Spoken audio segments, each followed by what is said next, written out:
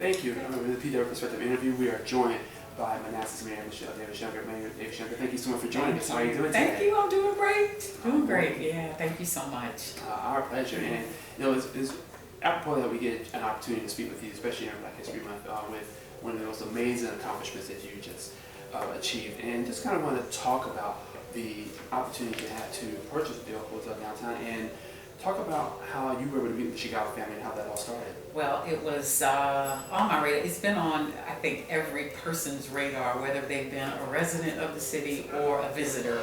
Everyone has come past that hotel and said, "What is that? Why is that here? It needs to be, something needs to be done with that." And I've heard that my entire life, growing up here. The time that it's been there, about almost 30 years, I think it's been there. But in the beginning, it served its purpose. It had its heyday. And then over time, it just, it needed a change. One reason or another, it never happened. The Shingalas are, I didn't know them. When I first got elected to council, I went around to all of the businesses in the city and introduced myself. It was during COVID, so I was handwriting notes to all of the business owners and saying, "Hang in there, we're gonna get through this together. I'm on council now, let me know your needs," that kind of thing. Still never connected with the owners of the Old Towne Inn. And then I became mayor. And then it was really pressed upon me that I needed to know these people. And they owned the biggest plot of land in the city. The city's only 10 square miles.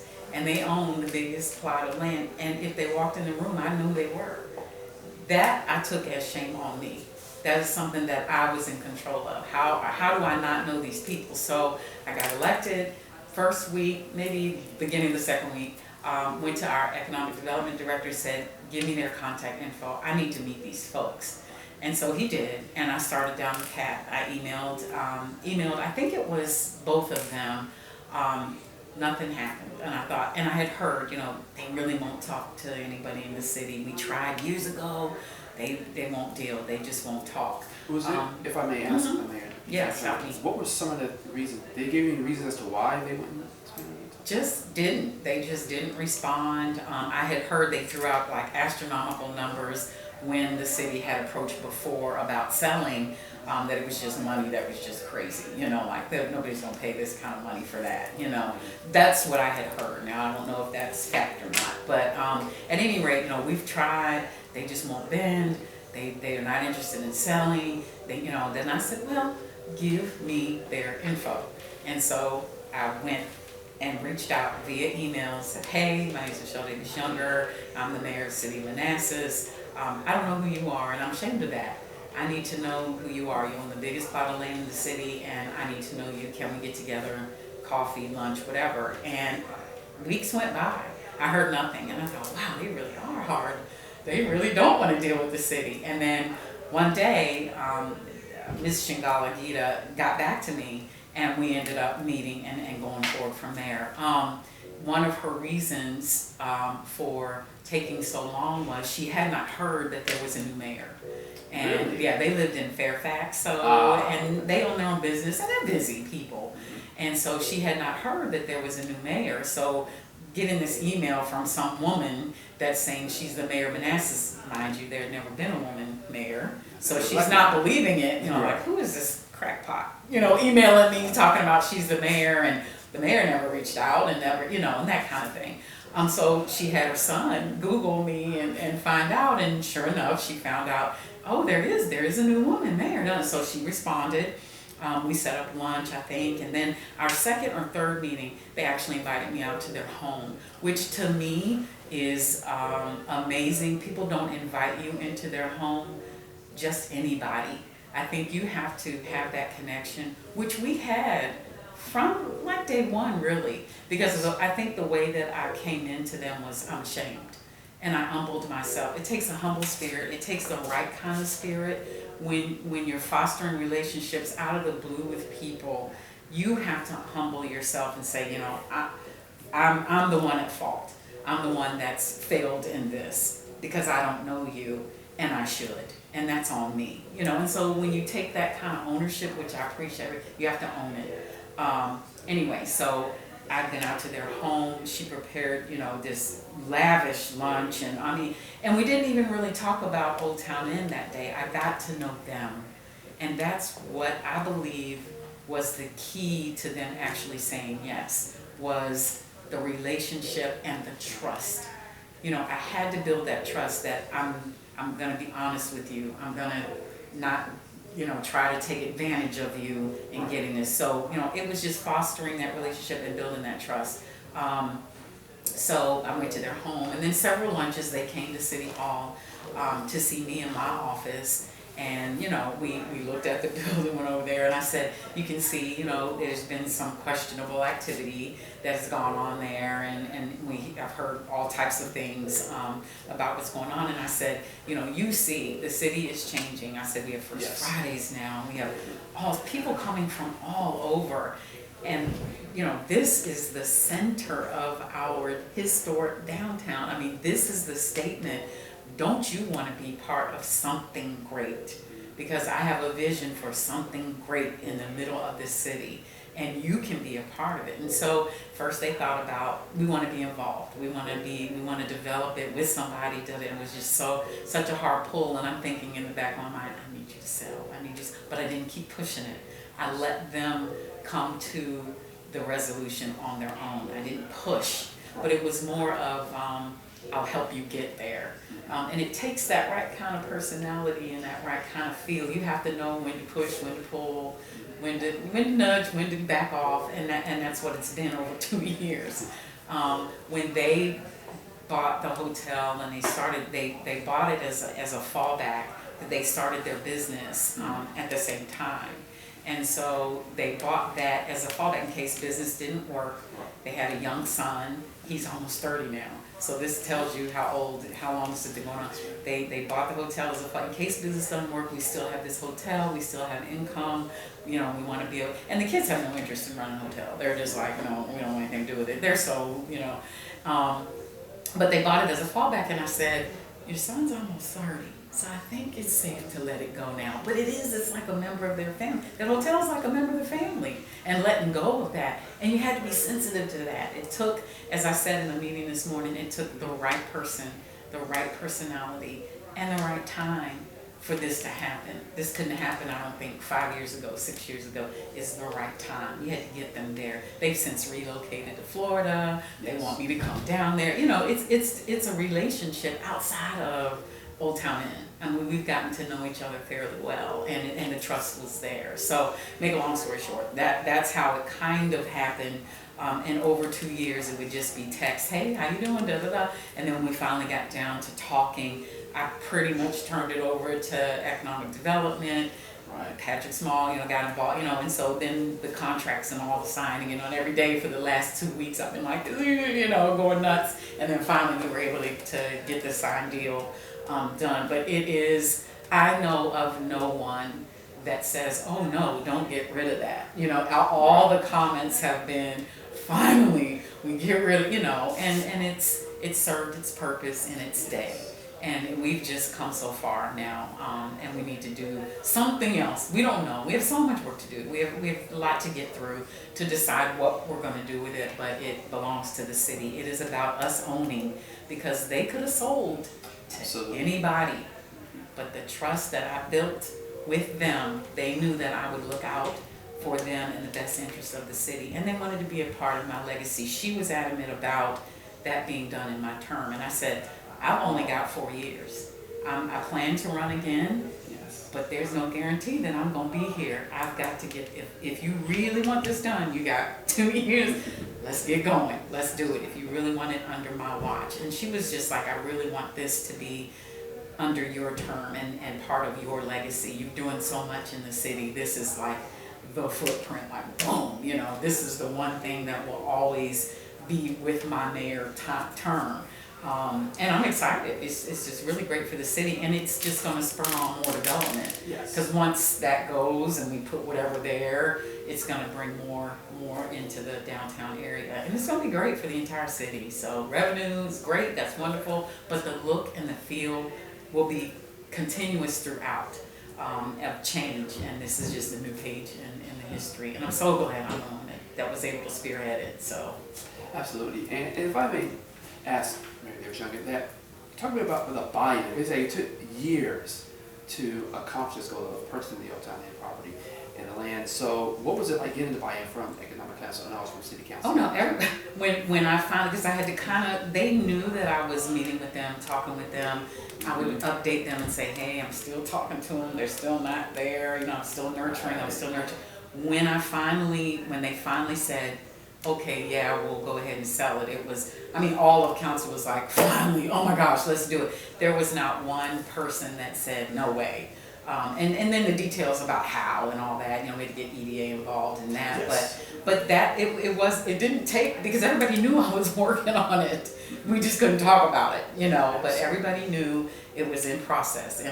And, you know, after time, I think people may have given up. You know, it had been a year, nothing happened. And I wanted it in my first 2, but I'll take 2 years and 1 month. I'll take it. And I thought it's very fitting for it to happen in Black History Month. I thought that's awesome. You know, it was great news for me. But the buy-in was absolutely like, are you kidding? We wanted rid of this for so long. And nobody was like, oh, heck no, we're not doing that. You know, we had reserves. We had the money to pay for it.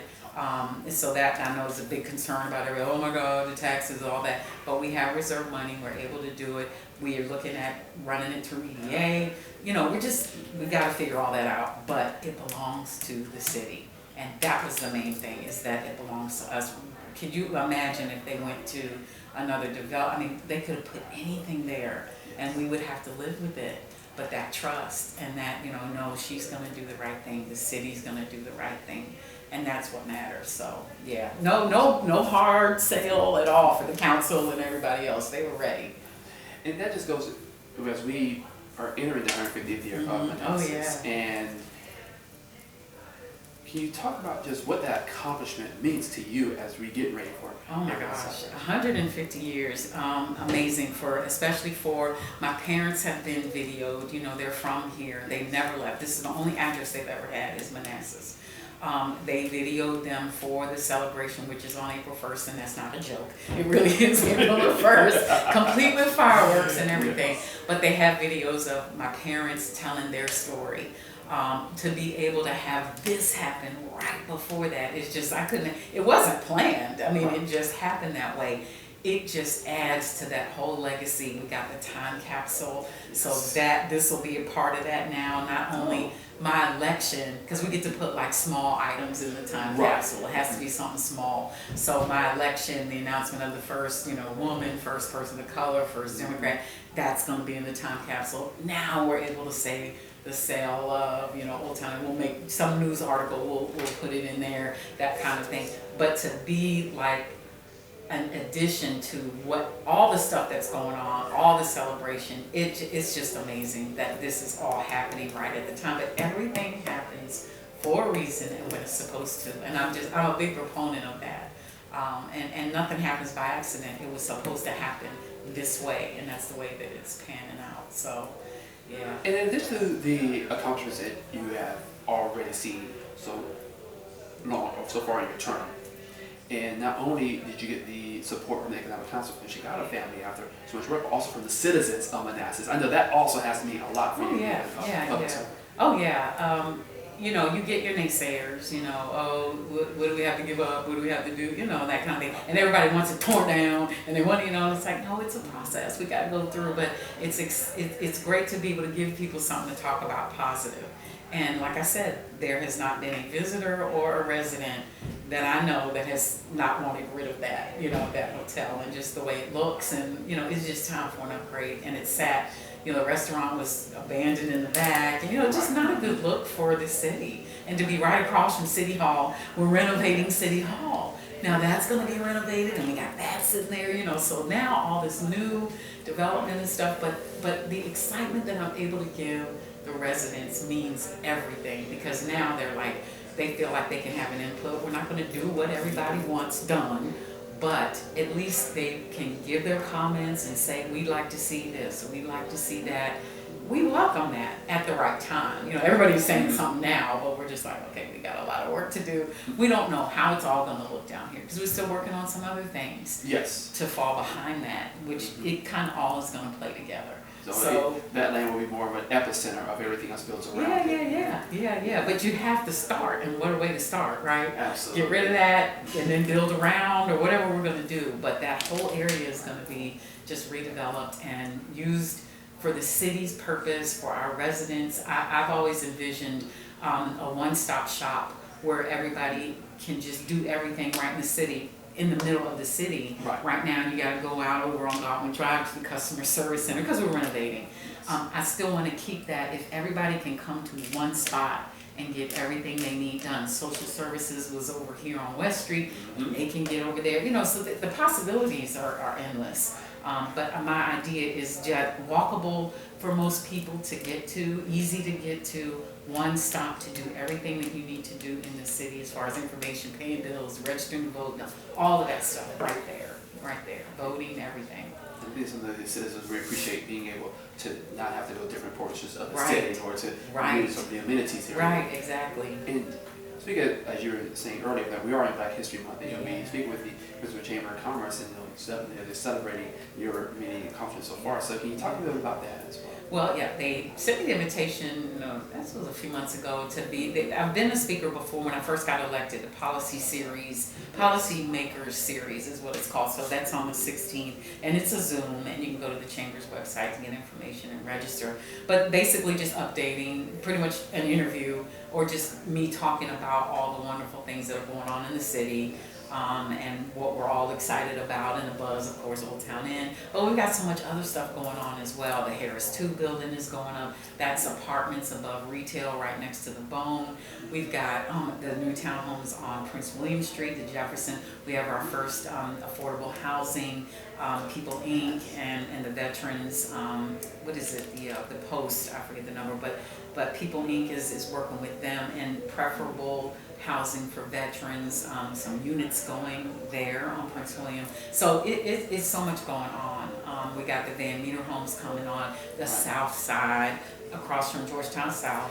So that's also going. We have so much happening right now. It's just amazing. So those are the things that I'll be talking about with the chamber, kind of giving some numbers about our population, and our unemployment rate is really low. Our top 3 employers being Micron, UVA Health, and the school system. And people don't realize that. Our school system is one of our top employers in the city, which is great. You know, we love that people live and work here. And that's our goal, is to try to get as many people employed and living in the city as well. So.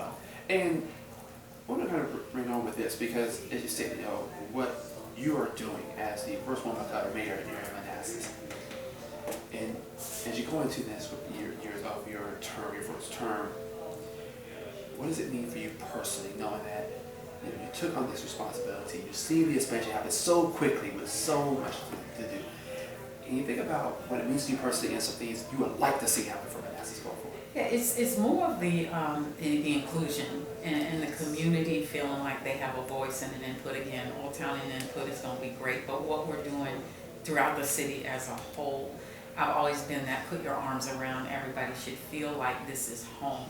When you visit, when visitors come here, and I encourage people, talk to the visitors. Tell them why you love Manassas. You know, why are you here? What keeps you here? And what you'll hear over and over is the family feel, and that you can feel like you're small but big. You know, and it's just like right there. It's like this bubble that's growing, and you still kind of want to stay small, but you're getting bigger. But we're doing it in great stride, and we're not getting too big for our britches, as my mama would say. We're taking it in stride. But for me, my legacy, the My Mayor Looks Like Me program just took off like gangbusters. That is now nationwide. I've got mayors all across the country who have adopted that and have started that. And I've told them it doesn't have to be, my mayor. It can be, the chair of the board looks like me, or whatever. Just whatever the lead position is in that city. And it has just taken off.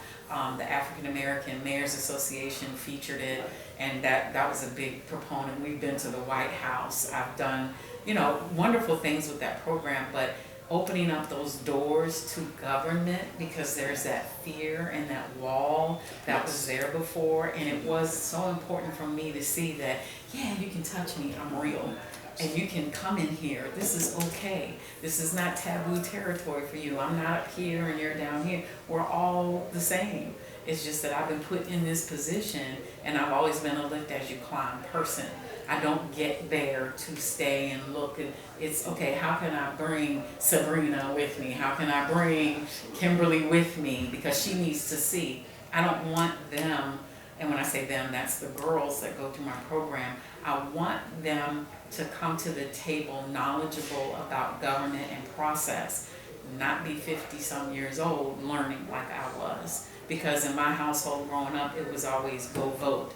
But they never talked about the other side of that vote and the effect that you have at the table when you come and sit down. I know what COIA is. I know what FOIA is. I know what this does. I know you're not going to tell. I had to learn it and do the job at the same time, which we as black women often have to do. And they say fake it till you make it, but it is true. You have to act like, you know, and you're learning. And I just sit there and I soak up everything. That's what gave me the courage to run for mayor. And I thought, okay, I'm never going to have this opportunity again. It's a presidential election. We get a big Democratic turnout.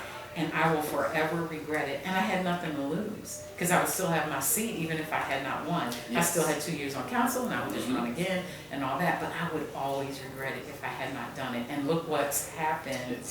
And I'm always about, you see me on Facebook, and I post everything I do so people can see I'm always Manassas front and center.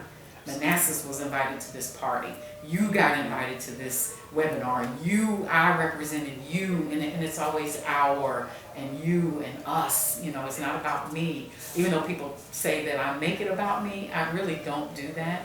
It is about the city. It is about Manassas being the household name now. When you hear Manassas, I want you to see my face or I've been there. And regionally, because I don't think historically we had not gone out to different areas. Right, you had that barrier, you had to change that. Right, we didn't do, so when I started showing up at county functions, what is she doing here? I'm Manassas, we're in the middle of the county, how am I not going to be here? I'm going to come and support you, I'll sit in the back. You don't have to recognize me, it's not about that. It's about me showing up for you, because guess what, I'm going to want you to show up for me. How can I not be a part of this when I'm right in the middle of you? Counties all around us, and I don't show up to their stuff. That to me is a slap in the face. So partnering with Ann Wheeler and Jeanette Rischel from Manassas Park, meeting with them quarterly. I mean, these things were never done. Just all the different things that I've just thought of how to bring us together. There's been no mayor that's ever plopped themselves down in the middle of Old Town for 8 straight Fridays, lunch with the mayor, midday with the mayor. I don't know if you saw that when I was doing that over the summer, July and August. Who has done that here? Or did Mayor on the Move too? Mayor on the Move, walking around the historic downtown just to see. Some people didn't even know half the stuff was here. And I said, well, okay. And then the farmers market, to end at the farmers market, because people didn't know. So we'll walk around and we'll end at the farmers market, and now you know, WIC and SNAP available at the farm market. People didn't know that. But I'm like, you can get your vegetables and fruits right here, and it's local right here. And so doing that, sitting down an hour in the middle of town, the mayor, to just listen, to hear what you have to say. Who in the world opens himself up? People who care about making change do. And that's what's always been first and foremost for me. I want to know what's on your mind. And then I would have a guest speaker every week. I had the fire chief, I had the police chief come, I had someone from UVA, I think I had the schools there one Friday. So I tried to have a guest person every week so people could come and ask questions. The relationships that were formed out of that are incredible, and they're still in existence. People met for the first time and connected. Oh, I didn't know you did this and that, and I just sit back and look like, my work here is done now. I brought them together. But that's what you do. I'm just the catalyst to make stuff happen. And people say, we just want to be around you because your energy. When on the Mayor on the Move walks, they would walk with me. Yep. And then we go to the farmer's market, and they still be following me, and I'm like, y'all don't have to. I remember that the first. You can go shop. Let me do this first now.